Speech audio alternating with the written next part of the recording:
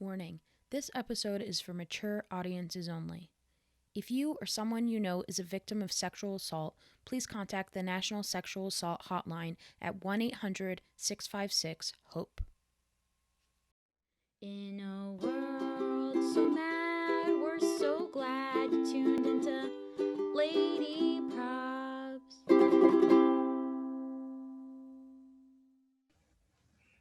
Every 73 seconds, an American is sexually assaulted. Every 9 minutes, that victim is a child. And for every 1,000 perpetrators of sexual assault, only 5 are put in jail. On today's episode of Lady Probs, we decided to talk about the Me Too movement, especially since it had to deal with the inauguration of Donald J. Trump, who has just left office. There was a march in DC. I didn't go to it, but I know a bunch of my friends went to it. It was national news, and it was because of the hashtag Me Too movement, as well as grouping together other topics that contribute to women not being equal in our society. I specifically remember the pink hats. Yep, the Pussy Riot hats that definitely made itself into feminist fashion icon history because of that women's march. And yeah, as you said, the most popular one, it branched off from the Women's March in Washington, D.C., which brought 470,000 individuals just to the Washington March alone. That happened on January 21st of 2017, which, as we know, is the day after Donald Trump took office for his first and, thank God, only term. Yeah. So worldwide, though, with the exception of this year, obviously, we are seeing annual marches now across the world. And that day alone in 2017, 7 million individuals, both males, females, LGBTQIA community, everybody came together to march worldwide in 2017. And the march had about 7 million participants. So this Me Too movement has definitely made an impact on society, and we continue to see its usage. As I talked about earlier, Tarana Burke did popularize the hashtag Me Too through MySpace, and she decided to do that by using empowerment through empathy. So she herself was a victim, a survivor, a scholar, and just wanted to show everybody that it's okay to talk about the issue because you're truly not alone. Yeah, I think when people, because it's so popular on especially social media platforms and now on the news, it seems like every day there's now a new famous celebrity that has come to light that they've been involved in a sexual harassment scandal. And a lot of people I know either don't understand hashtag Me Too or just think it's like crazy feminists that are just like yelling about stuff.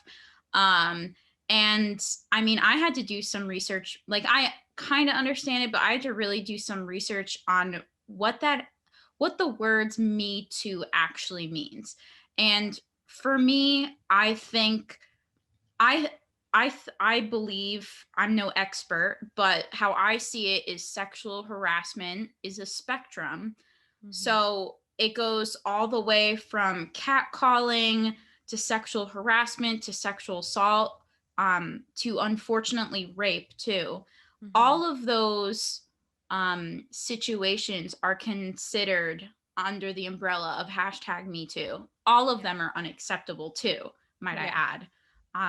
Exactly. But the words hashtag Me Too just says that, hey, if you're in a situation where this happens to you, don't be afraid. There's others that have gone through a similar situation as you, and saying the more you contribute to the conversation, the more is going to come to light about it.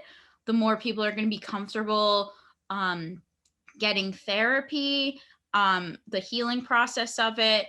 And it just shows that like sexual assault has been going on since the dawn of day and has been pushed and swept under the rug, and it's about time we freaking speak up about it.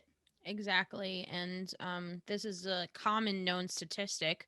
And it's unfortunate that it's a commonly known statistic, but 1 out of every 4 women will experience sexual assault in their lifetime. And 1 out of 3 victims of sexual assault, they experience it when they're a teenager. So not even of legal adult age. Yeah. So it is unfortunately heavily prevalent in our society. And the more support we can bring to the victims, as you say, they will not be embarrassed by the idea of reporting it.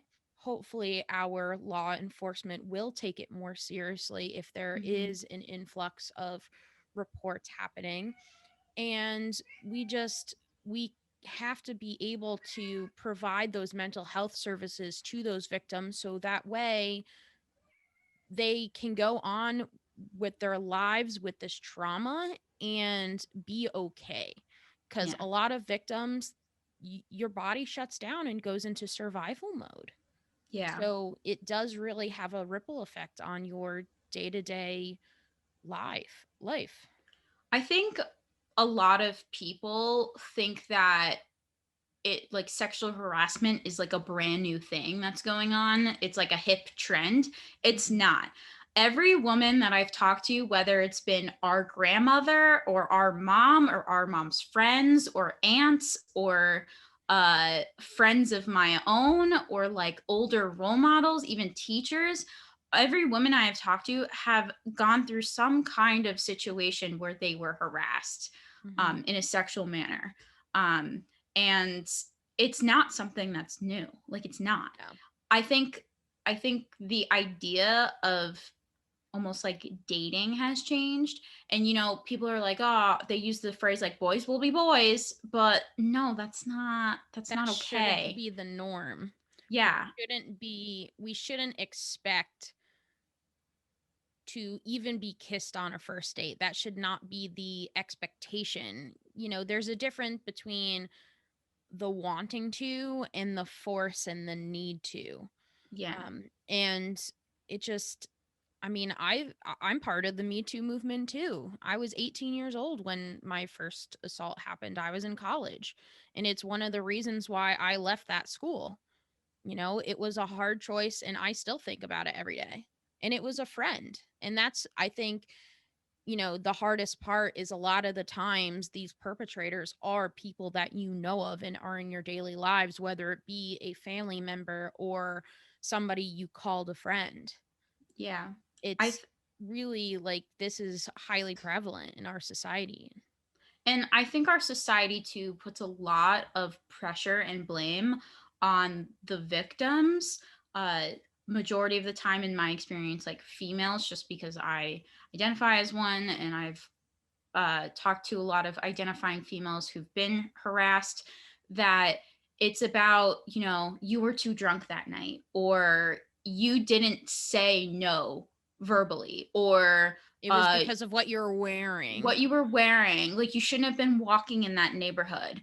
Instead, we should be teaching, like, hey, maybe instead of blaming it on that, we should just teach people to, like, Consent. not consent. Exactly. And And not believe that other humans are like, just because you sat through a date doesn't mean you should be granted anything. anything because of that. It should, as I said, like it's a privilege, not a right. Yeah. Yeah. Um, yeah. And now you have people that are like, for instance, the Bill Cosby, who has been in jail now for a couple of years. Um, like 20 years ago, he apparently sexually assaulted a handful of women, and they've come forward now 20 years later, and people are like, well, it was 20 years ago. Like, what's the big deal? It was 20 years ago. Well, guess what? It was because the stigma was so prevalent.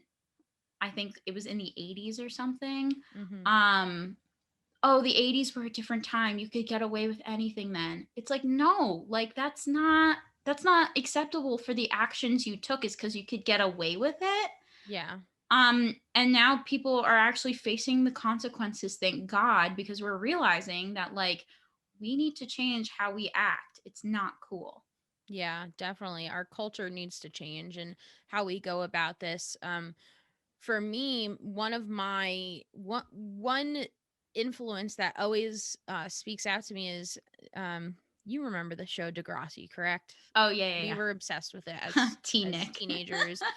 And I remember watching Degrassi one day after school, and the character Paige goes through this whole date rape case that she was at a party and she got roofied and she was sexually assaulted at this party, and then she actually does report it and it goes to case. And there's this one court scene where the perpetrator's lawyer is asking, well, were you wearing, how many drinks did you have, like was just asking all of the wrong questions. Hmm. And I remember I was about 14 or 15 while watching that episode, and I remember thinking, like, oh God, is this really what being a teenager and being a young woman is about?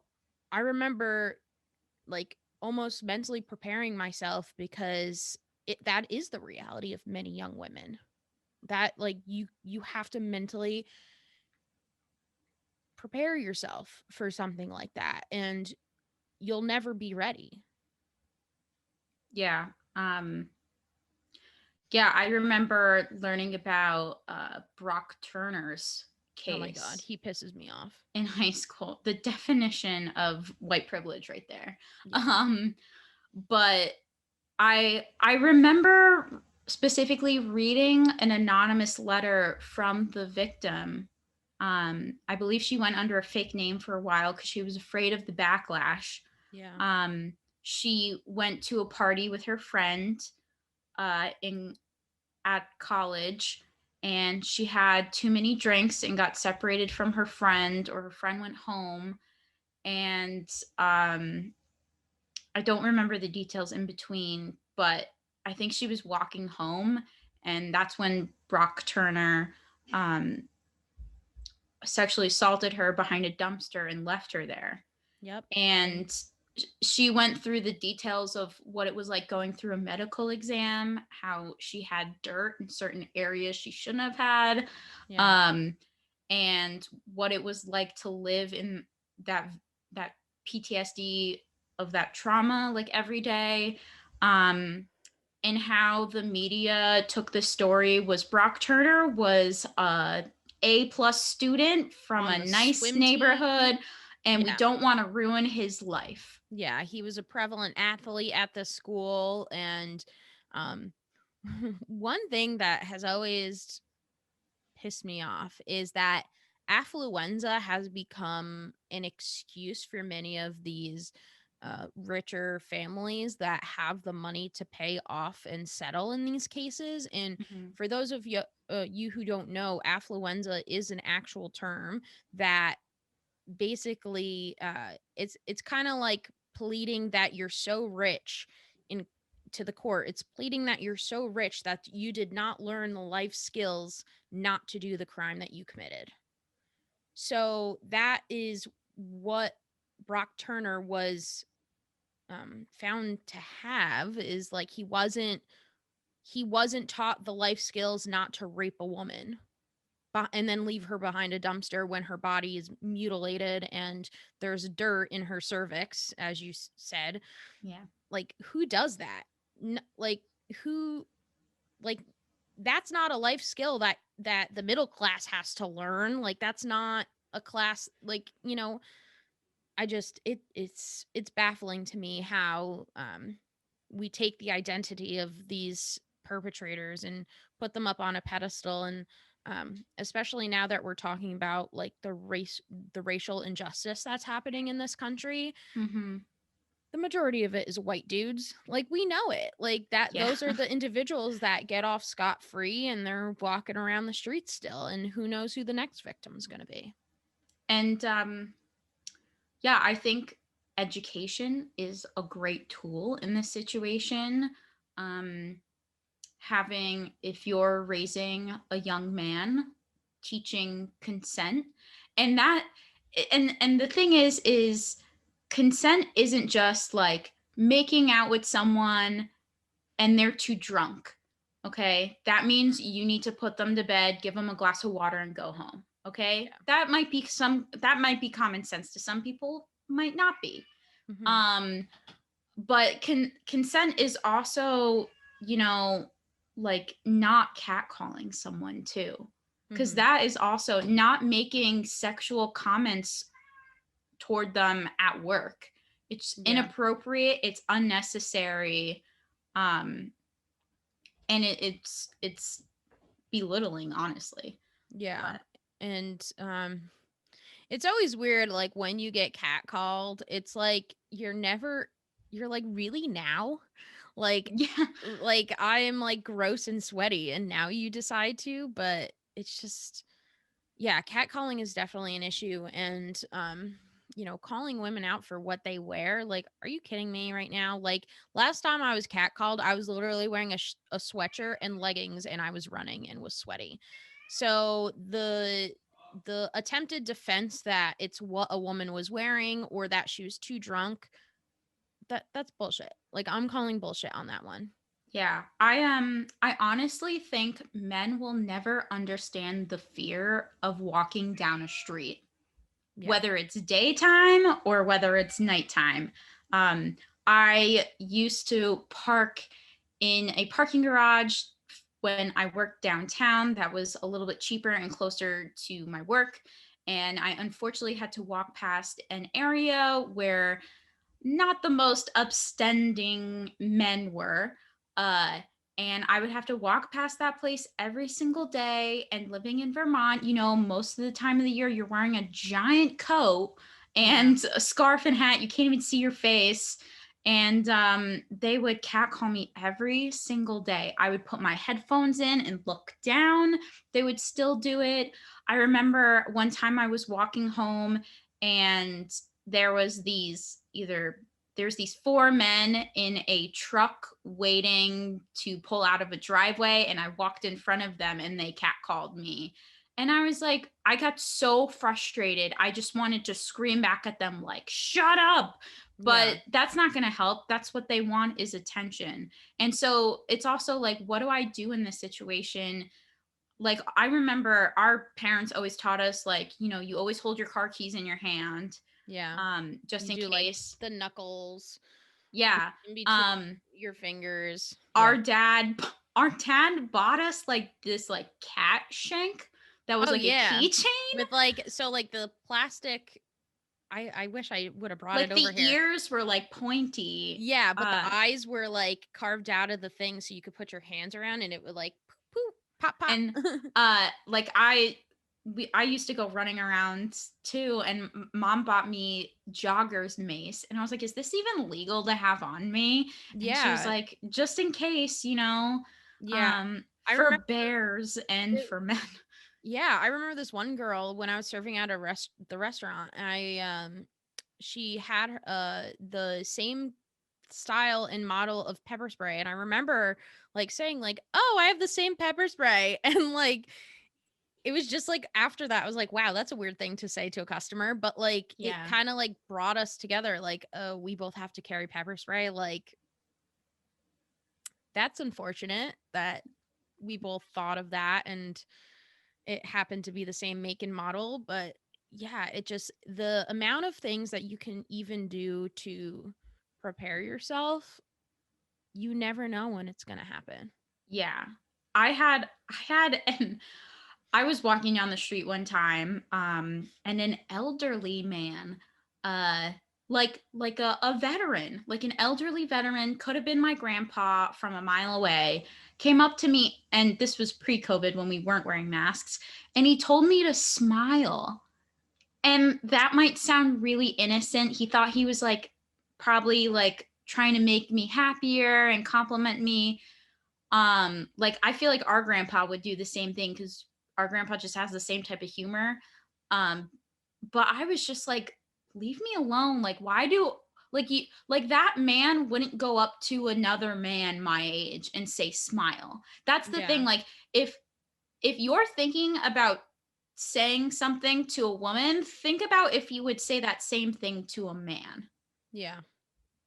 Yeah. General rule of thumb. Yeah, I'm like, that's why I kind of like wearing masks now, is like, because nobody could see my face, so I could just Yeah. stare them down the whole time. But even telling someone to smile, it's like, mind your own freaking business. I'm a woman. I'm allowed to not smile, okay? And you're not in charge of me, my teeth. Like, get out of here. Like, Yeah. stop talking to me. I have my headphones in. That means I don't want to talk to you. It's just really unfortunate. Yeah. But uh well, we're going to take a quick break real quick, and when we come back, we're going to talk more about the hashtag Me Too movement.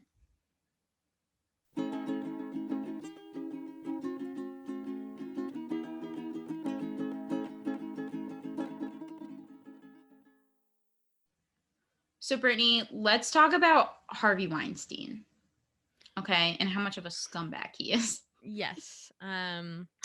So for those of you who have been living under a rock for the past couple years, Harvey Weinstein is a piece of shit. And so it started in about October of 2017. So this is a few months after that March on Washington that occurred. And the actress Alyssa Milano posted a blog post that read, if you have been discriminated against and sexually harassed and or sexually assaulted, comment me too to this blog post. So that's what really caused this more modern uptick of the hashtag Me Too movement to take over social media. Because then those allegations against Harvey Weinstein started coming out. We had other celebrities who had been accused of sexual assault.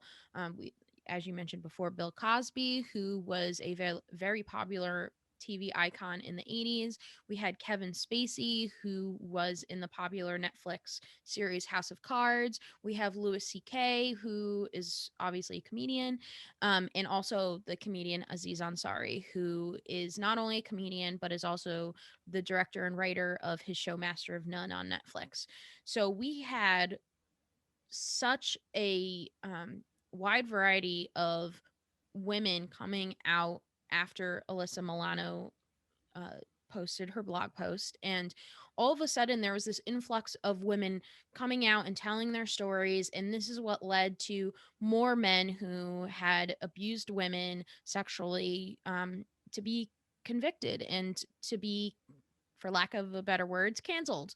Mm-hmm. Because nobody had the ability to speak out on it before. Nobody was that first person. So once that whole Harvey Weinstein case came to light, the floodgates opened and we kind of realized that Hollywood is fucked up. Like, it's a fucked up place. You have to sleep your way to the top, and that's what everybody started to finally realize is all of these men that were higher up in that society was taking advantage of the women who were Mm-hmm. trying to make it in the industry. Yeah, I remember specifically a uh, older male in our family saying, "Oh, those women just want money. Those women just want to get ahead in their careers. That's why, like, whatever." And I'm like, when are we going to start believing women? Like, Yeah. seriously, you think that, like, people in the industry have a lot of power and are manipulative. And I'm sure there's someone out there who's probably doing it for money and something ridiculous, but majority of these women are actual victims of sexual assault and are not lying. Like, when are we going to start believing the victims? Exactly. When they're And not women? yeah, and to that point even more, like, that's why it's important to report even the slightest of cases. Even if a man grabs your wrist and doesn't let go, that's still a red flag to that something worse could have happened. And it's still, you're it's your body. And if somebody is doing something that's making you uncomfortable, you need to speak up. As uncomfortable as it is, as embarrassing as it might be perceived as, this is how proof is able to be collected in our society, and that's how law and order works. So if it's not reported on, chances are other women are sweeping it under the rug, and then that's how it doesn't come out for another 20 to 30 years. Yeah. um There's a lot of women at universities who report it to their schools. And I know a lot of schools haven't had the best response to that. But that's why it's important to continuously like report and come out with your story, is because the more we learn about these situations, the better we're going to be able to handle it. And the more pressure we're going to put on institutions like law enforcement and also schools to deal with situations like this in a proper manner. yeah, if there's no enforcement of Title IX at a school, we have the ability now with social media to make stuff go viral. Yeah. That's exactly how um uh there was a university student who carried around a mattress. I don't know if many Oh, yeah. people remember that, but for her senior capstone, she decided to speak about the sexual assault of women on campus. I cannot remember the school off the top of my head, but she carried around her dorm room mattress all semester long to prove a point that that was the weight that she had been carrying as a survivor of sexual assault. And I think that motions like that are powerful and they go viral. They get the attention of the nation. So that way, if somebody is not enforcing Title IX, which is the Anti Discrimination Act, and also not taking reports seriously of more serious cases such as sexual assault, sexual harassment, and rape, um, that's how you get attention.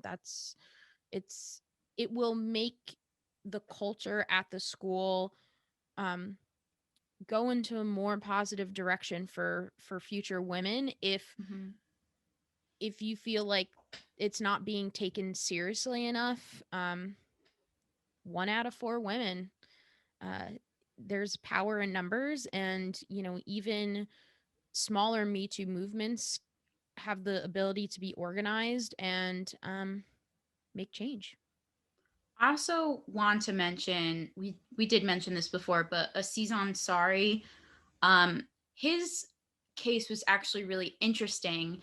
I don't think he actually um like, I don't know the words, but he didn't rape anyone, he didn't sleep with anyone, Mm-mm. but he went on a first date with a woman, and she said that he was pressuring her to do stuff, probably either make out or sleep together. He was pressuring. And the question a lot of women have is like, how do I know what is sexual assault or not? That's sexual assault. Sexual harassment, that is sexual harassment. No one should pressure you into doing anything. Yeah. And a lot of men are saying now that because of, you know, women coming out with stories, that, you know, they can't even make any moves, like they're so uncomfortable, they can't do anything on a date. And I'm like, wow, isn't that power struggle interesting? Women have Yeah. uh been feeling trapped and powerless for years now, being afraid that they're going to be raped on a first date. And now like men get to feel what it feels like to be powerless as well. And I think they're talking about that stigma too and normalizing the conversation. I remember going on my first date with my current partner, and at the end of the day, like, I was sitting in my car and he was about to walk home, and he straight up asked me, like, "Are you okay if I give you a kiss goodnight?" That's as like simple as it is. Like, a Mhm. simple communication from both parties. If a woman says, "I do not consent to XYZ actions," if a woman says, "Yeah, let's make out, but I don't want to take it further than second base," that's a pretty definitive line that, you know, you have permission to do this, but you don't have permission to do that. You know, if the signs are blurry, ask, you know, what Or are you like, don't comfortable with? do it. Yeah. Yeah, like, Always what take are the you safer comfortable side. with doing? Like, not what are you comfortable with doing, but are you okay if I give you a kiss?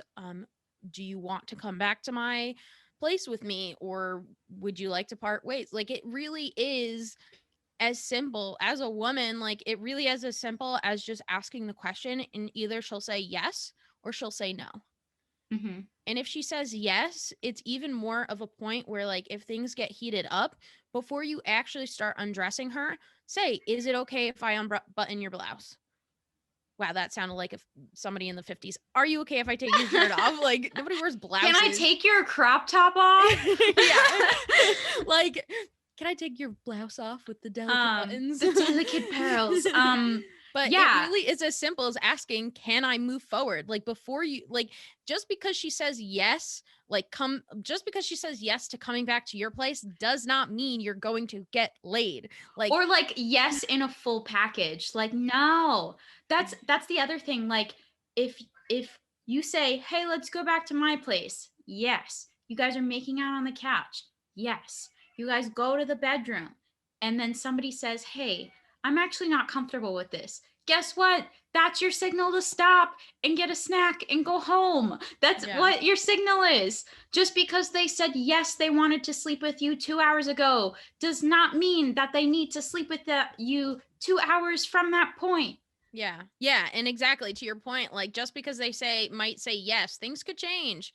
Like, things could Yeah. change from the Uber ride. You know, it's still like, yeah, it doesn't sound sexy to ask directly for consent, but guess what? Like, this is how we avoid sexual assault cases and sexual, like, this is how we avoid that um narrative that she was feeling pressured. Well, she probably did feel pressured because you didn't ask. Yeah.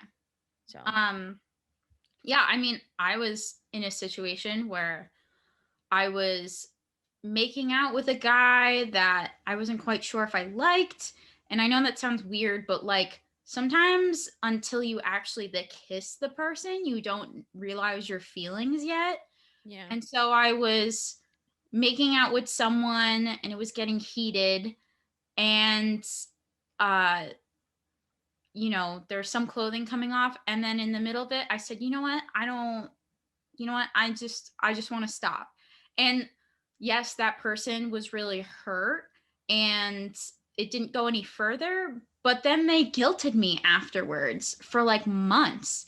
And I explained to them, I was like, hey, like, it's not you. You're an amazing person. It's just I'm dealing with stuff. And guess what? That stuff could be like, my vagina is feeling super dry today and I don't know why. Or like, hey, I just got off my period and I don't feel like doing anything. Or like, hey, I'm just like not feeling it right now. Or I have a headache. Or I have maybe some leftover feelings from my ex. Like, Or there's maybe so you're just many not reasons. into it. That's the thing, is like, Yeah. they almost expect an excuse to come out of it. And like, I know you're a beautifully, wonderfully nice person, but like, the over validation of, like, you're an amazing person, but like, it should just it should just stop at, I don't want to do this anymore.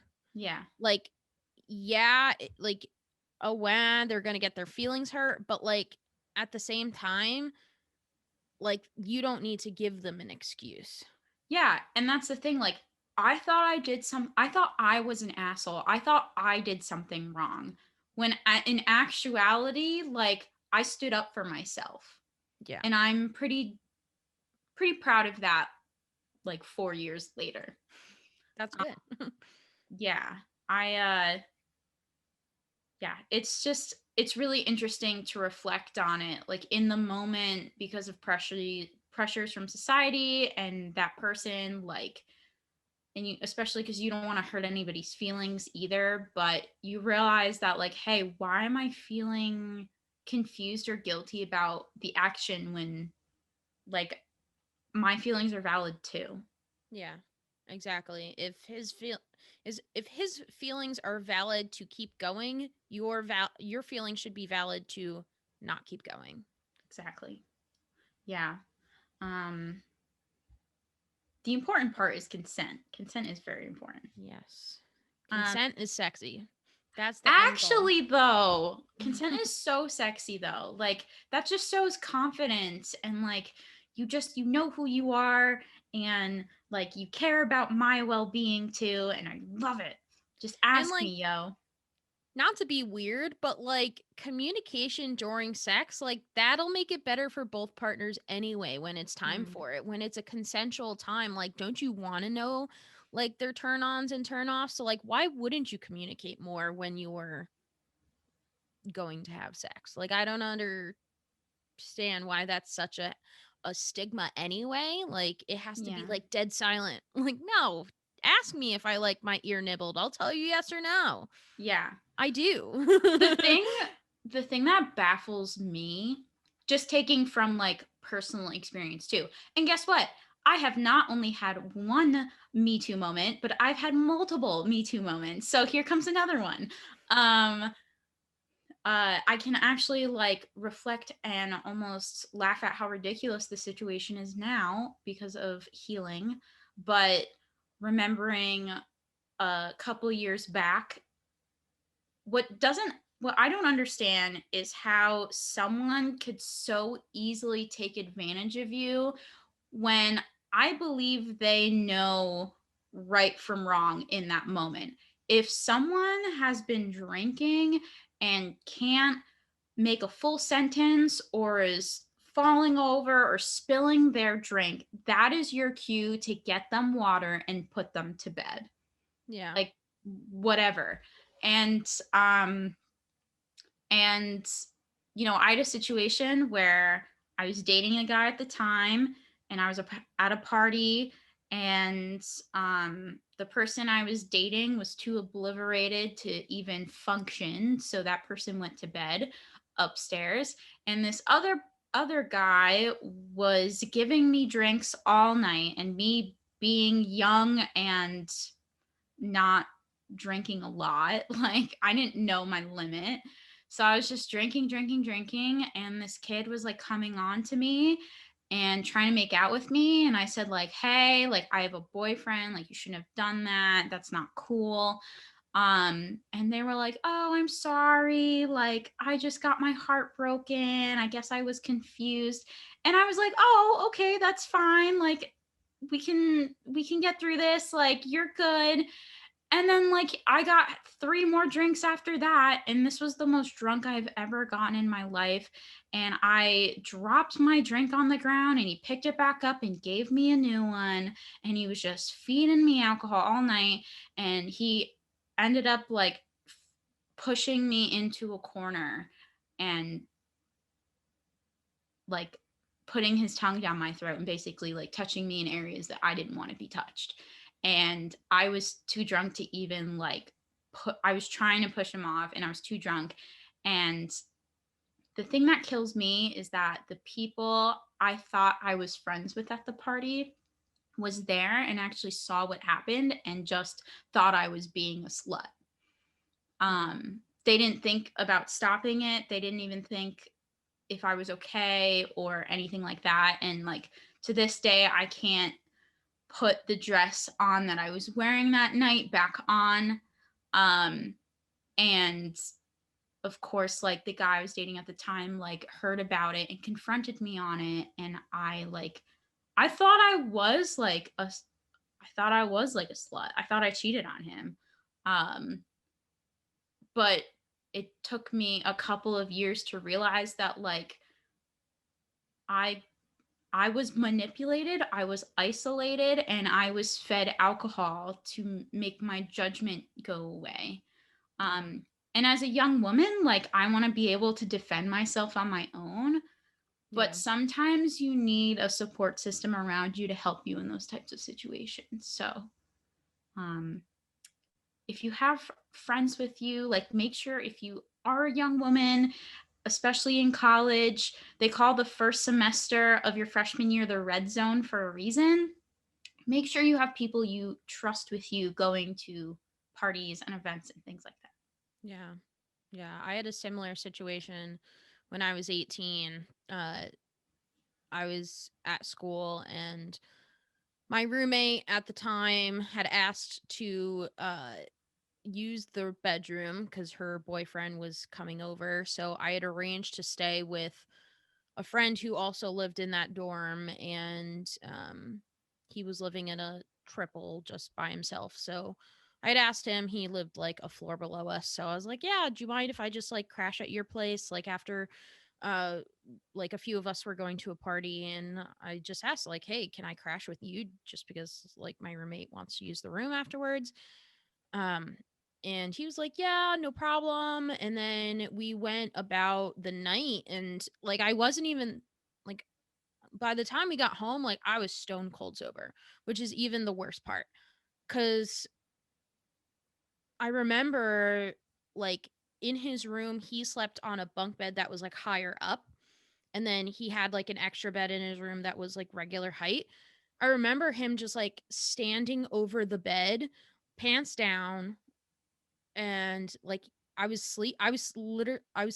Like I was in a literal like dead sleep, and he was still drunk at the time, and like rolled me over and woke me up and was like, "Come on, like why don't you do this for me? Like you're supposed to be my friend.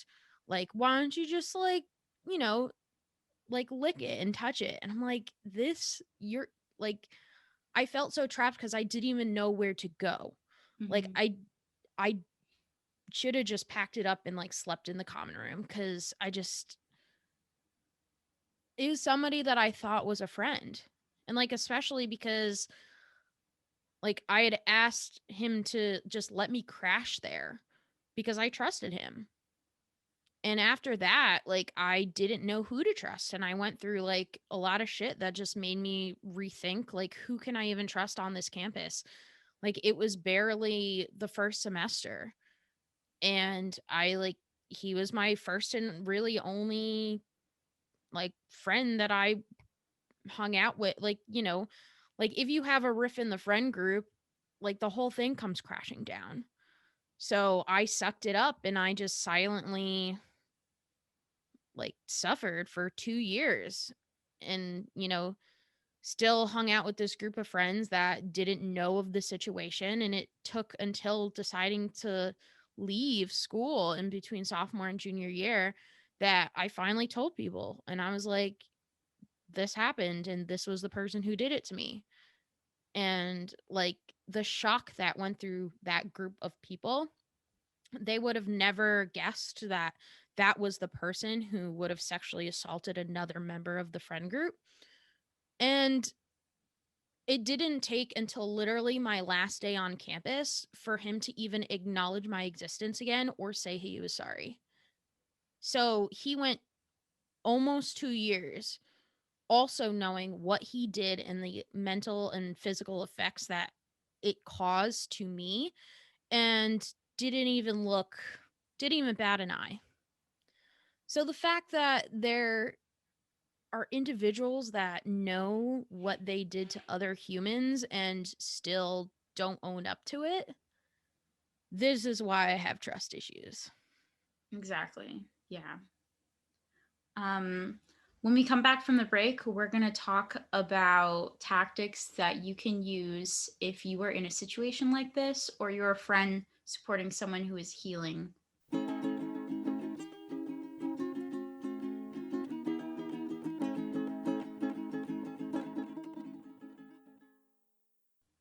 So the big question is, what do you do in these situations? Before I mentioned that I was catcalled and I just wanted to scream my lungs off at these people. And like, how can you assert the situation in a safe way? So according to the hashtag me website, which I went on, and I think even if you know about the hashtag me too movement or not, I think it would be very valuable if you just go on there and scroll through some of the information they have. It's very valuable. But according to that website, if you get catcalled, this is what you should do. You should make sure you're in a safe place. So if it's nighttime, you should find somewhere with bright lighting. Make sure the group of harassers aren't following you. Uh, and probably if you feel like you're in an unsafe place, you probably shouldn't talk to them at all, because that's just going to entice them more. But if you do feel like you are in a safe environment, it's daytime, there's a lot of people around, you can make eye contact with them, have strong body language. A lot of times when people come out with comments like this, they're even shocked if you come back at them or stand your ground almost. It might shock the harasser. So if you want to address the situation, make sure you have strong body language. You can use a firm voice and say stuff like, I don't appreciate it, go away, what you're saying is disrespectful, no, leave me alone. And if you're like feeling very bold about the situation, you could ask the harasser to repeat themselves, and comment on how like ridiculous what they're saying is. You should though avoid swearing because that might get them angry. The best case scenario is you should probably just walk away and ignore it. And if you feel like people are following you, make a fake phone call or call someone of your friends that you trust to make sure you're on the phone with them the entire time so you get home safe. Those are just some of the few things you could do if you feel like you're safe enough in a situation to address it. And to expand on that, even before the whole catcalling happens, definitely paying attention to your surroundings. For most universities, there are the blue light system. So just so you know that those lights are supposed to be visible, you're supposed to be able to see at least 3 or 4 from any campus. Like if you're standing under one, you're supposed to see 3 or 4 at any point on campus. So making sure that you're aware of those types of emergency services that can help you while walking around, especially at night. Your phone also, I'm not sure about Android, but iPhones, there is now on an emergency SOS slide bar if you hit your power button. So if you feel like you're in an emergency situation where you do need to talk to an operator about somebody who's following you, you can always hold down your power button and then slide emergency SOS, and that will immediately get you to an operator. And for those who, like me, like to listen to music, put it on a low volume so you can still be aware of your settings at all times. Don't completely blank yourself out from the rest of the world, because that's when you could have a situation where somebody comes up behind you, or you want to be aware in case you do have to report it that you're a viable source, unfortunately. Yeah. And if you happen to be a bystander in the situation, if you feel like you're safe, you should intervene and make sure the person is okay afterwards. If you don't really feel safe and there's other people around you, like maybe you're next to a construction site, you can maybe grab the manager or a group of people to come with you to assess the situation and confront the harasser, because power in numbers. And if you're a bystander, just you want to make sure that the person feels comfortable and safe, and maybe you should walk them home after just to be totally safe in the situation. They also have information on what to do if you were sexually assaulted. This information goes right up to right after it happens to longer. So if you do happen to get sexually assaulted, the first thing you should do is ground yourself and make sure you're in a safe space. And some ways you could do that is practicing deep breathing. You can also self narrate the story to yourself. Sometimes that's one of the hardest part, is even figuring out what just happened.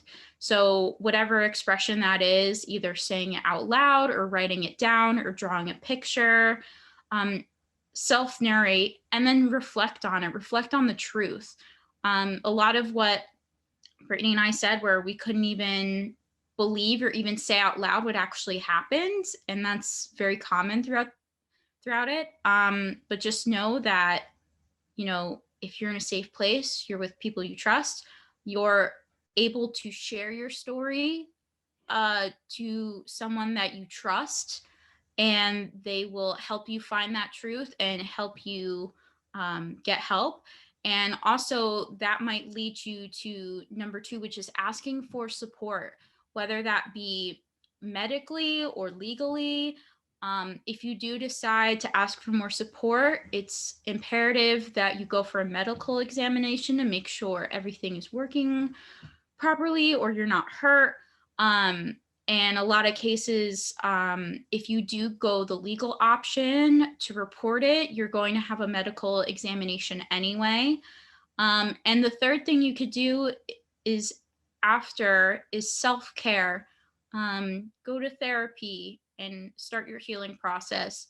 Practice self-compassion and list like affirmations. Say you're worthy, you're beautiful, you're capable.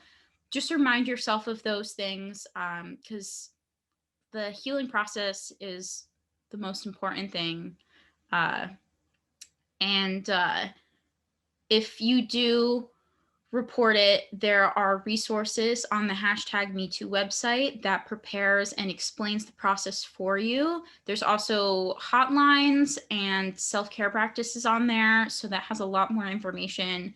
If you are unsure about how it's going to go about, or you're afraid you're going to get in trouble or get somebody else in trouble, the MeToo website will give you a lot of valuable information.